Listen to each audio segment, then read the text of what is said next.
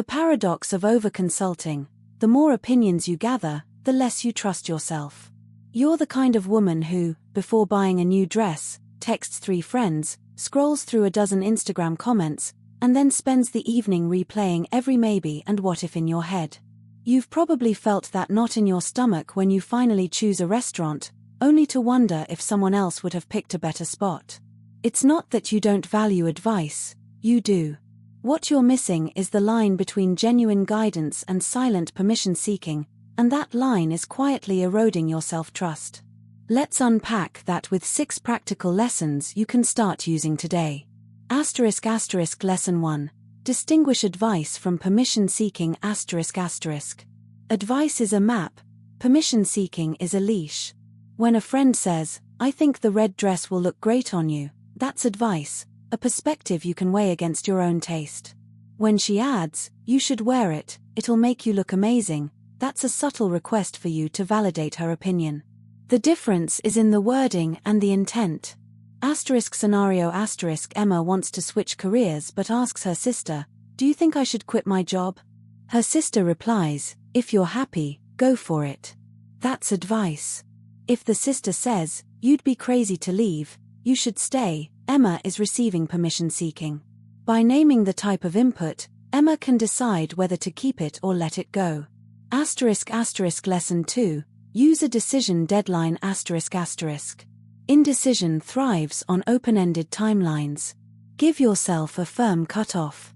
If you're choosing a weekend getaway, set a rule: "I'll book by 5 p.m. tomorrow, no more research after that." The deadline forces you to trust the information you already have, rather than spiraling into endless consultation. Scenario: Sarah is torn between 2 yoga studios. She writes down the pros and cons, then tells herself, "I'll sign up for the first class tomorrow at 10 a.m., and I won't look at any more reviews after 6 p.m. tonight." The deadline gives her a clear point of commitment, and the anxiety of missing out shrinks dramatically. Lesson 3. Right prediction versus actual result. Your brain loves stories, especially the ones where you imagined disaster. After making a choice, jot down what you think will happen, then later compare it to reality. This simple habit turns vague fear into concrete data.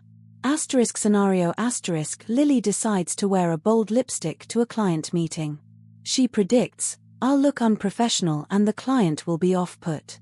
After the meeting, she notes, "The client complimented my confidence, the presentation went well." The mismatch between prediction and outcome is evidence that her fear was unfounded, and it chips away at the habit of second-guessing. Lesson 4. Practice low-stakes solo choices. Start small. Pick a coffee shop you've never visited and order without asking anyone else. Choose a new route home and walk it alone. These micro-decisions are safe experiments that reinforce the feeling that you can act independently. Scenario: Maya wants to stop asking her partner which movie to watch. She decides to pick a film based on the poster alone, no discussion. The night ends with a laugh and a new favorite, and the tiny triumph builds confidence for bigger decisions later. Lesson 5. Treat mistakes as data, not verdicts. When a choice doesn't pan out, label it data point rather than failure. Ask yourself, what did this teach me about my preferences, timing, or information sources? This reframes the experience as useful feedback.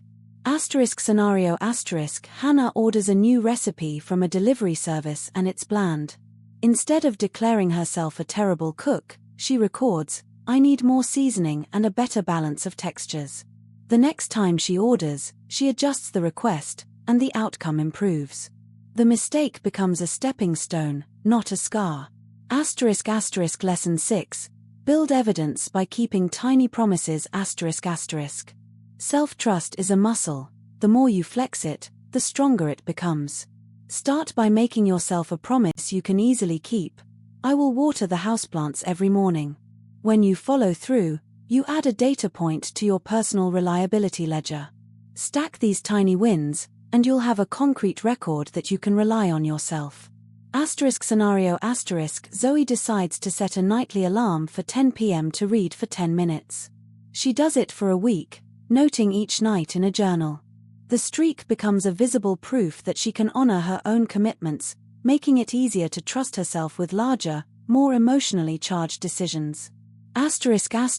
Putting it all together You now have a toolbox. Recognize when you're seeking permission, set firm deadlines, compare predictions with reality, practice solo choices, reframe mistakes as data, and collect evidence through tiny promises.